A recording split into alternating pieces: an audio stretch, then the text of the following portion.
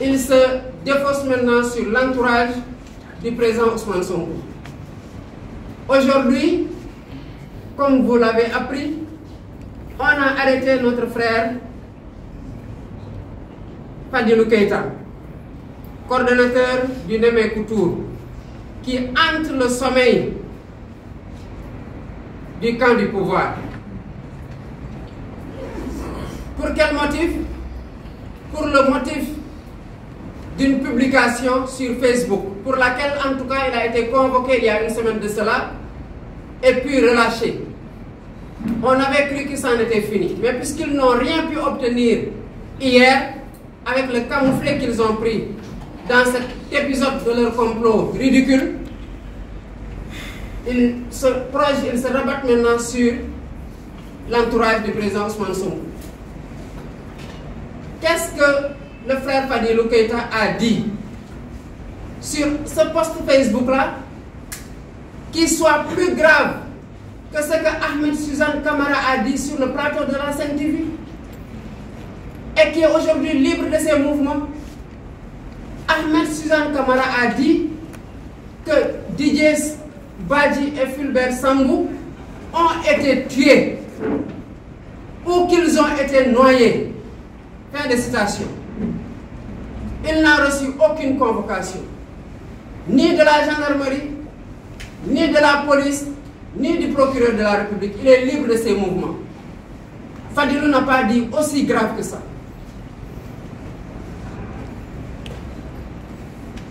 Fadilou n'a pas dit aussi grave que ça. Il a émis une opinion. Et dans un pays démocratique, on est libre de tenir, de dire ses pensées, de donner son opinion sur la marche de l'État, sur les événements en cours. Et si ce qu'il avait dit était aussi grave que ça, il aurait été alpagué le même jour même.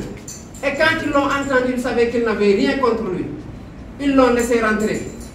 C'est le camouflet d'hier qui leur a fait revenir à la charge. Parce qu'ils ne veulent pas rentrer produit par rapport à leur chasse perfide.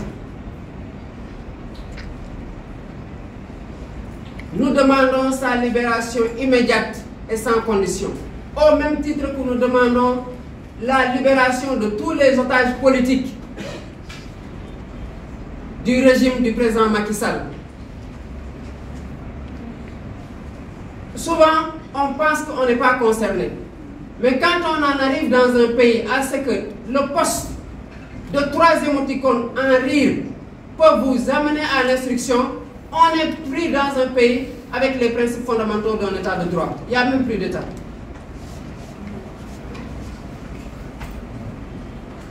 Aujourd'hui, c'est Fadilou. Hier, c'était Ousmane Diagne. Après l'invention d'une farce spéciale. Ensuite, ce fut le tour de Pape Ali. On passe des hommes politiques aux journalistes debout. Tous ceux qui ne font pas leur jeu, qui ne jouent pas leur jeu, qui ne font pas leur affaire, sont traqués. On est aujourd'hui dans un deux poids, deux mesures avec un procureur qui a un regard unidirectionnel orienté vers Pastef les Patriotes, ses leaders, ses militants. Pour un live Facebook banal, on vous arrête. Dans un pays normal, ça ne se passe pas comme ça. Et nous voulons que le Sénégal redevienne un pays normal. Ça peut être le tour de Fadilou aujourd'hui, demain celui de Bassirou Diomaye Faye. Mais après, quand on aura fini de se débarrasser de tous ceux qui peuvent avoir le courage de tenir une pensée contraire et de l'assumer face micro et caméra, qui d'autre va faire tranquillement son métier? Qui d'autre va dire ce qu'il pense? Quand on vit dans un pays où on n'a plus la liberté de penser, parce que penser et ne pas l'exprimer, ça vaut quoi? Penser pour le garder pour soi-même, ça vaut quoi? Quand on n'a plus la liberté de penser et de s'exprimer librement, c'est qu'on n'est plus libre soi-même, même si on est libre de ses mouvements. Nous demandons à ce que cette persécution qui a assez duré, il ne sera pas aujourd'hui encore l'occasion pour nous d'égrener le chapelet de toute cette persécution-là, les actes constitutifs de cette persécution. Ils sont désormais connus de tout le monde. On attaque nos convois, on prend la garde, la secrétaire rapprochée du président Sonko en pleine audition. On l'appelle en confrontation, elle ne se passe pas comme elle le souhaitait, on prend le coordinateur du Némé-Koutour. Jusqu'à quand? Jusqu'à quand? Il est temps que cela cesse. Et tous ceux qui sont épris de paix pour ce pays-là, c'est le moment d'alerter. C'est le moment de dire stop. On ne peut pas arrêter Fadilou pour un post Facebook aussi banal et laisser Ahmed Suzanne Camara et le propriétaire de la page Batou Deug qui a encore dit pire, qui a fait une corrélation nette entre le portable de Pape Alé qui aurait été consulté et qui a parlé et la disparition des 2 militaires en disant que tous les militaires et gendarmes qui sont pro-Pastef seront traqués et les appels les traitent et qu'ils seront mis hors d'état de nuire. Celui-là aussi est libre de ses mouvements. Donc, c'est comme si les infractions ne concernent que les militants de Pastef. Hier, pour un banal live Facebook, on a arrêté Diop Taïf et Vito pour un banal live Facebook. Mais on laisse Ahmed Suzanne Camara après son appel au meurtre contre le président Ousmane Sonko. Après avoir dit que Fulbert Sambou et Didier Badji ont été tués, qu'ils ont été noyés, ils n'ont même pas reçu de convocation. Moi, quand j'étais plus jeune, je regardais un film qui s'appelait « Il faut sauver le soldat Ryan ». À la sortie de ce film-là, j'avais une haute compréhension de la fraternité militaire.